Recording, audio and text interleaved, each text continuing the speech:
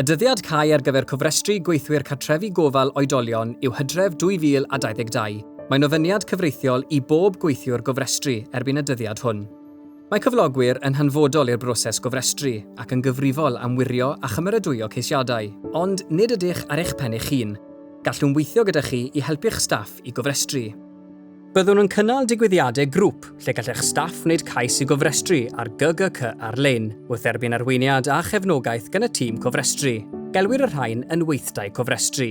Bydd y fideo hwn yn eich helpu i redeg eich meddygfeydd eich hun, os oes angen, neu i baratoi ar gyfer unrhyw feddygfeydd sy'n cael ei rhedeg gennym ni. Mae'n bwysig bod eich staff yn darllen y canllawiau cod ymarfer a chanllawiau ymarfer ar ein gwefan cyn y meddygfeydd hyn.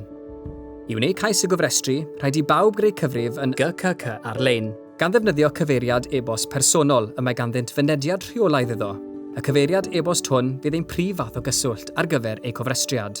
I wneud cais i gofrestru, bydd angen i bawb gael rhywfaint o wybodaeth wrth law, gan gynnwys tystysgrif cymhwyster, manylion y swydd, cyfeiriad, teitl, dyddiad cychwyn, hanes cyflogaeth am y 5 mlynedd diwethaf, manylion banc i sefydlu debyd uniongyrchol neu gerdyn credyd, debyd i dalu'r ffi ymgeisio.